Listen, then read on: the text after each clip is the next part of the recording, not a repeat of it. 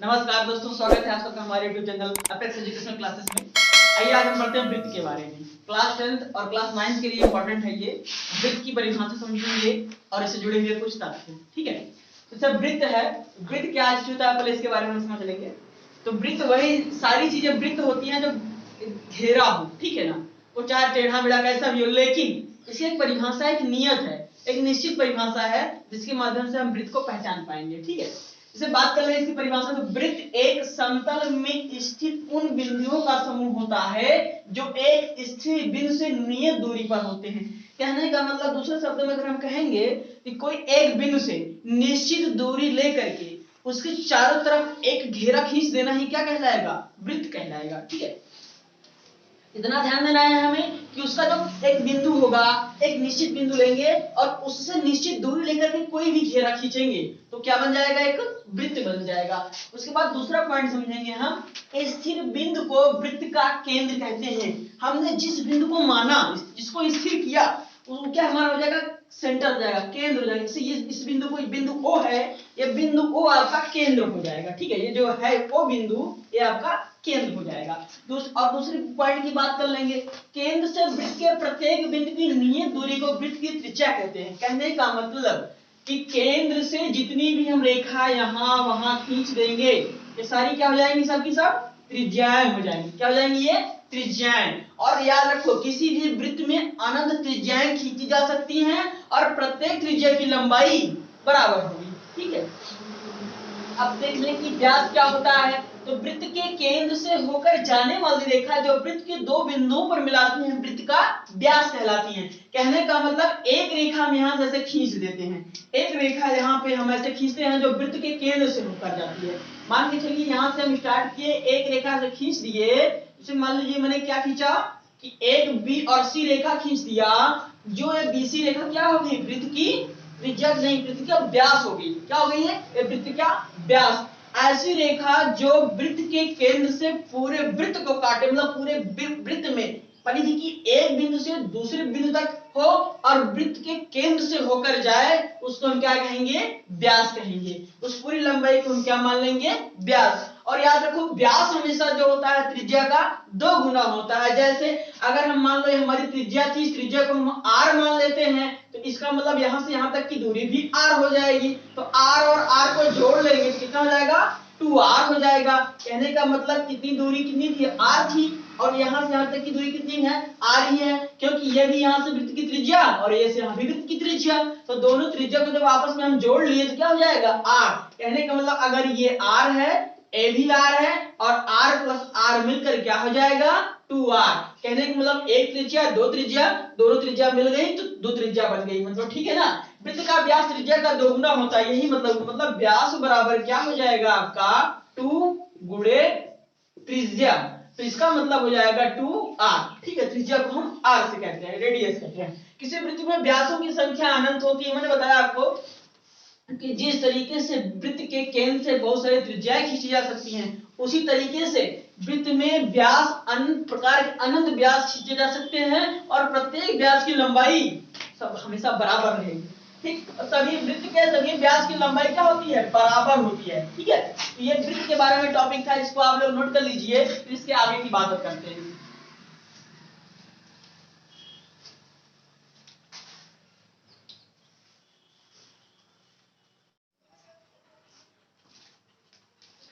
चलिए, वृत्त की परिभाषा समझ लिए, त्रिज्या समझ लिए, व्यास समझ लिए, ठीक है।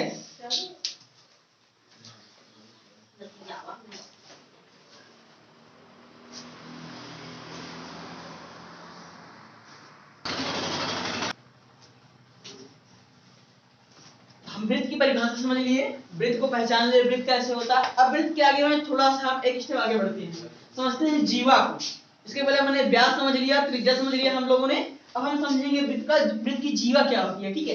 तो परिभाषा समझते हैं, किसी वृत्त में स्थित किन्हीं दो बिंदुओं को मिलाने वाला रेखाखंड वृत्त की जीवा कहलाता है। समझो बात को, ये हमारा वृत्त है। कह रहा है कि वृत्त की परिधि, परिधि का मतलब यहाँ पे कहीं किनारे पर कहीं एक दो बिंदु बन जाते हैं, ठीक है ना, और इससे मिलाने वाली जो रेखा बनेगी उसको क्या कहेंगे? हम जीवा कहेंगे। कहने का मतलब जो परिधि है, इसको घेरा है, इसका जो किनारा वाला भाग है, उस पे कहीं दो बिंदु आपस में एक दूसरे से मिल रहे हों तो उसी को क्या कहेंगे हम, जीवा कहेंगे। ठीक है ना। फिर समझ लेते हैं, दो बिंदुओं को मिलाने वाला रेखाखंड वृत्त की त्रिज्या कहलाता है। अब रेखाखंड क्या होता है इसके बारे में हम आगे चर्चा करेंगे। ठीक है ना। समझ लो रेखाखंड क्या होता है। किसी एक रेखा है, रेखा की निश्चित लंबाई को, जैसे मान लो एक रेखा हमारी AB और इसकी निश्चित लंबाई हो गई P और Q। ठीक है ना। तो रेखाखंड PQ हो जाएगा, रेखाखंड PQ हो जाएगा। कंफर्म। तो कहने का मतलब कोई भी वृत्त पे, एक वृत्त पर दो बिंदुओं को मिलाने वाली जो रेखा होती है परिधि पर, उसी को हम क्या कहेंगे, जीवा कहेंगे। कंफर्म। ये हो गई जीवा। उसके बाद बताया गया कि किसी वृत्त में समान लंबाई की अथवा भिन्न लंबाई की असंख्य जीवाएं हो सकती हैं। तो कहने का मतलब इस प्रकार की रेखा इतनी लंबाई की हम जीवा इधर भी खींच सकते हैं, इधर भी खींच सकते हैं, इधर भी खींच सकते हैं, कहीं भी खींच सकते हैं। ठीक है ना। कहने का मतलब कि एक नाम की जीवा हम अपने वृत्त में असंख्य खींच सकते हैं। उसके बाद वृत्त का व्यास उस वृत्त की सबसे लंबी जीवा है। मैंने आपको बताया कि जो वृत्त से केंद्र से कोई एक रेखा है, कोई एक रेखाखंड है जो वृत्त के केंद्र से होकर जा रही है और वृत्त के परिधि पर मिल रही है, उसी को हम क्या कहेंगे, व्यास कहेंगे। तो भैया ये व्यास होता है ऐसी रेखा जो केंद्र से होकर जाएगी, वृत्त के केंद्र से जो रेखा होकर जाएगी उसे हम क्या कहेंगे, व्यास कहेंगे। ठीक है। और व्यास क्या होती है, हमारे वृत्त की सबसे लंबी जीवा होती है। कंफर्म। आशा करता हूं इतना समझ में आया होगा, आगे देखेंगे। वही चाप क्या होता है इसके बारे में समझ लें। वृत्त की परिधि के किसी सतत भाग को वृत्त का चाप कहते हैं। जैसे ये वृत्त है, ये हमारा वृत्त है। अब देखिए इसको हम समझा रहे हैं, बहुत अच्छी तरीके से समझ में आएगा चाप क्या होता है। मान लीजिए हमारा ये सेंटर है, इसको मान लीजिए O, और एक त्रिज्या, यहाँ पे हम एक बिंदु ले लिए, यहाँ पे एक बिंदु ले लिए, यहाँ पे, यहाँ पे। ठीक है ना। तो कहने का मतलब इसके हम चार भाग कर दिए, इस वृत्त के चार भाग। तो जो वृत्त जो इसका त्रिज्यखंड है, सॉरी जो इसका चाप है, उसको हम नाम दे देंगे, एक A, इसको दे दीजिए B, ठीक है, इसको दे दीजिए X, इसको दे दीजिए Y। तो बात कर लें कि जो हमारा चाप है ये दो प्रकार का बढ़ गया, एक लघु चाप और एक दीर्घ चाप। तो जो छोटा वाला भाग है, जैसे ये वाला इतना भाग, इतना जो भाग है आपका, ये वृत्त का लघु चाप हो जाएगा। तो कहेंगे इसको कैसे नोटेट करेंगे, लिखेंगे AXB और ऐसे सिंबल बना देंगे। ठीक है। तो ये क्या हो जाएगा, आपका चाप हो जाएगा, वृत्त का चाप। और कौन सा, ये लघु चाप। ठीक है।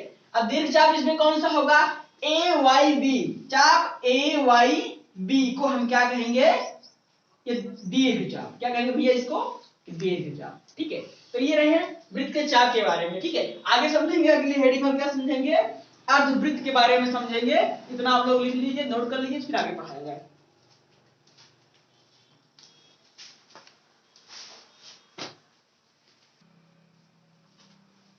देखिए समझिए, कैसे समझिएगा इसको। एक मान लो वृत्त है आपका, ठीक है ना, एक वृत्त है, इसका केंद्र मान लीजिए आपका क्या है, O है। तो यहाँ पे एक इसका जो मैंने कहा सतत भाग, सतत भाग मतलब इस वृत्त को कई भागों में बांट दो। मान लो मैंने इसको एक भाग में बांटा, फिर दो भाग में बांटा, फिर तीन भाग में बांटा, फिर चार, मान के चलिए। ठीक है। ये मान लो आपका A है, A आपका B है, ये पहले एक जीवा थी। ठीक है ना। अब इसमें बात कर लें, ये X है, ये क्या है आपका Y। जो छोटा वाला भाग है इस वृत्त का, जो इतना वाला भाग है, ये वाला भाग, ये आपका लघु चाप है। क्या है, ये वाला चीज। ठीक है, ये लघु चाप। और जो ये बड़ा वाला भाग है इसका, ये बड़ा वाला जो भाग दिख रहा है आपको, इसको छोड़ने के बाद ये वाला जो भाग आपको दिख रहा है, ये आपका है दीर्घ चाप। ये क्या है आपका, दीर्घ चाप। अब समझ में आ गया, अब समझ में आ जाएगा। ठीक है ना। कोई समस्या होगी तो आप कमेंट में पूछ सकते हो।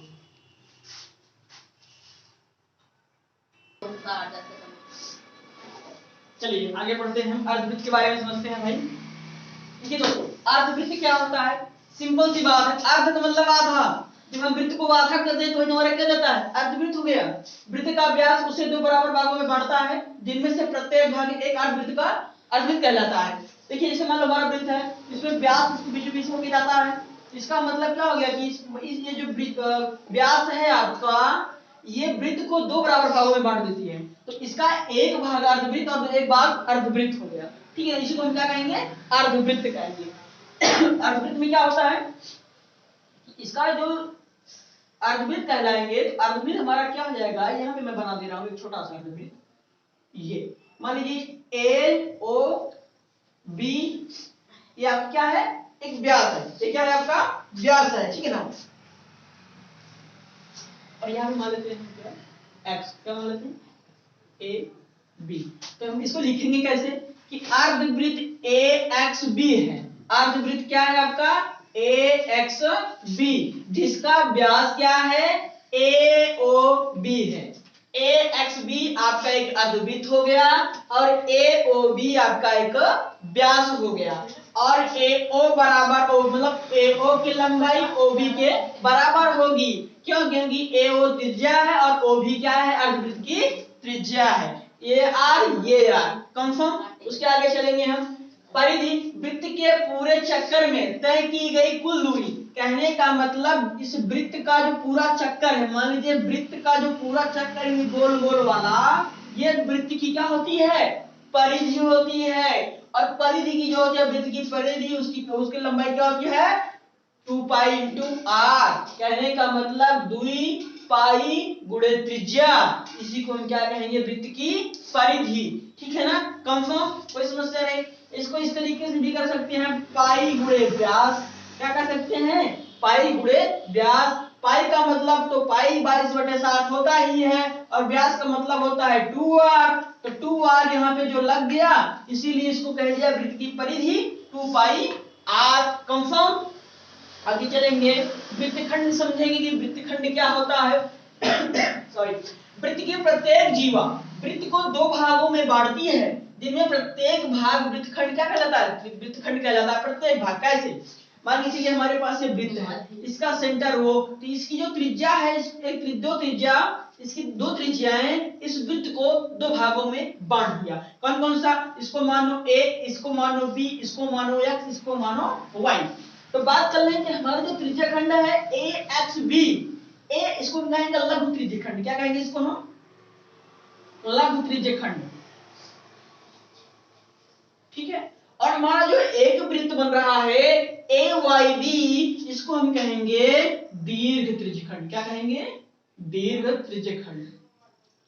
ठीक, तो इस तरीके से जो त्रिज्याएं हैं वृत्त को जो 2 भागों में बांट रही हैं, तो प्रत्येक भाग को क्या कहेंगे हम क्या कहेंगे त्रिज्याखंड कहेंगे। और त्रिज्याखंड इसमें एक लघु है और एक दीर्घ है। छोटे वाले भाग को हम क्या कहेंगे लघु त्रिज्याखंड और बड़े वाले भाग को हम कहेंगे दीर्घ त्रिज्याखंड। कंफर्म। उसके बाद कर ले क्या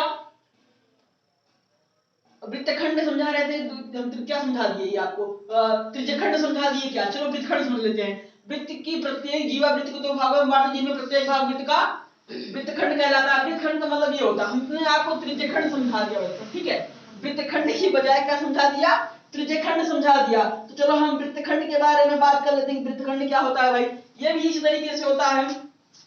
मान लीजिए आपका वृत्त है, चलने वाला मानकर चलाए, ये आपका एक वृत्त है, इसमें एक जीवा गई ऐसे ए बी। याद रखना केंद्र को छोड़कर जब वृत्तखंड 2 भागों में बटेगा, याद रखिएगा कि वृत्तखंड व्यास को छोड़कर जब वृत्त 2 भागों में बटेगा, तो प्रत्येक भाग को हम क्या कहेंगे वृत्त का वृत्तखंड कहेंगे। छोटे वाले भाग को हम कहेंगे लघु वृत्तखंड और बड़े वाले भाग को कहेंगे हम दीर्घ वृत्तखंड। ठीक है, तो त्रिज्या मैंने समझा दिया कि त्रिज्याखंड क्या होता है, मैंने बता दिया। इस तरीके से जब 2 त्रिज्याएं 2 अलग अलग भागों में बांटते हैं तो त्रिज्याखंड कहेंगे। और वृत्तखंड में क्या होता है, जो व्यास जाएगा, व्यास को छोड़ करके जितनी जीवाएं खींची जाएंगी त्रिभुज आपके वृत्त को 2 भागों में बांटेंगे। तो छोटा वाला भाग क्या होगा लघु वृत्तखंड होगा और बड़ा वाला भाग क्या होगा दीर्घ वृत्तखंड होगा।